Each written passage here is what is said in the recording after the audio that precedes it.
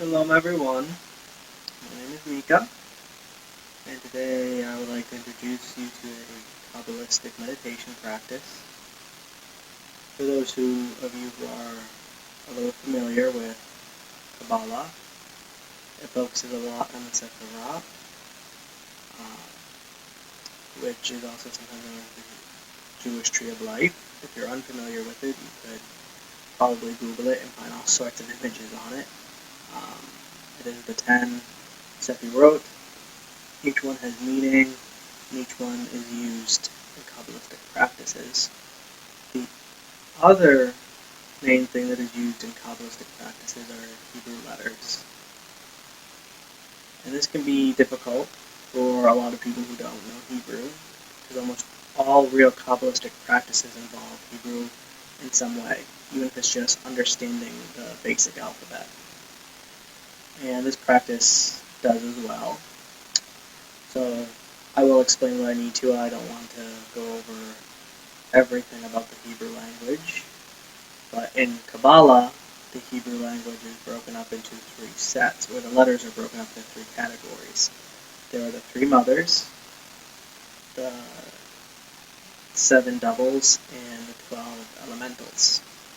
Now I'm not going to go into too much depth of what that means, because the only thing that we really need to know and focus on are the 3 mothers.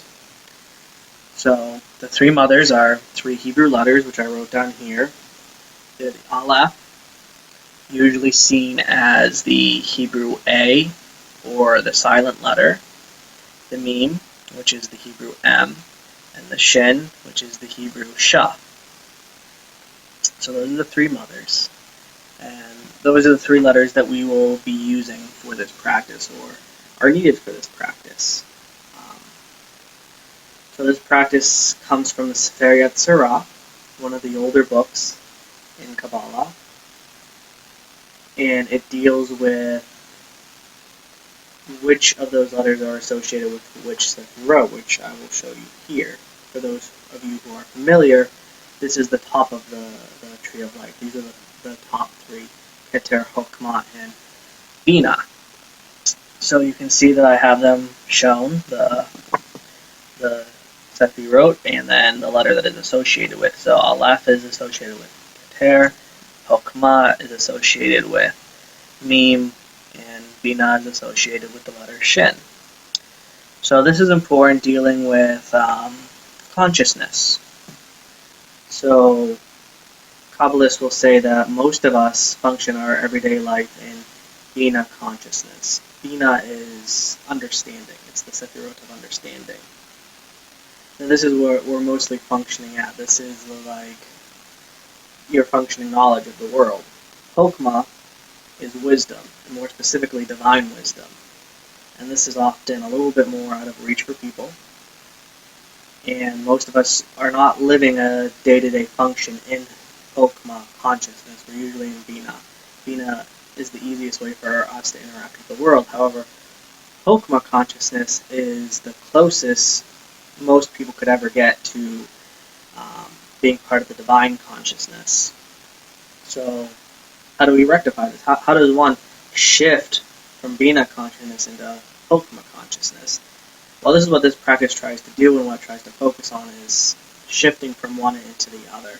So this is a practice of trying to create an altered state of consciousness. Many people use all sorts of substances to do this, and some will say that they're more effective than the old method of meditation. But for those who enjoy meditation, this can be a very good practice to try to alter one consciousness into alter one perception. So all that being said, now let's focus a little bit on Chokmah and the Mem sound, the hum. So the main focus of this practice is with the power of the M and the hum sound, which is generally associated with Chokmah.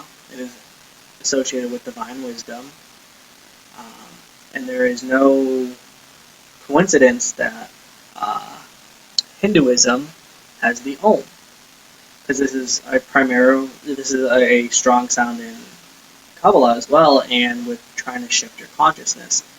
So there is not. This is not a coincidence. It's a sacred sound. This om, this sound. This It's a very powerful sound. Um, Many believe that this is to be the sound that the universe was created on, both in Hinduism and in Judaism. And like I said, it's a primary attribute to try to shift one's consciousness into Hokmah. So the sound associated with Bina is the Shin, the Sha, or She sound. So mostly this practice is, in trying to create this shift, is going in between Sha and Ma sounds.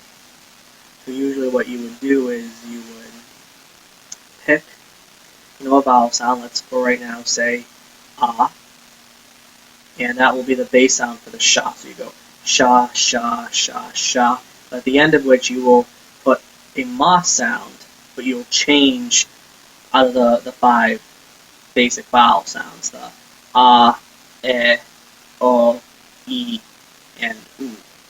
So you would go Shama, Shame, Shami, Shamo, Shamu. Then you would change what the vowel for the Sha is. So now let's go with Sho. So you go Shoma, Shome, Shomi, Shomo, Shomu.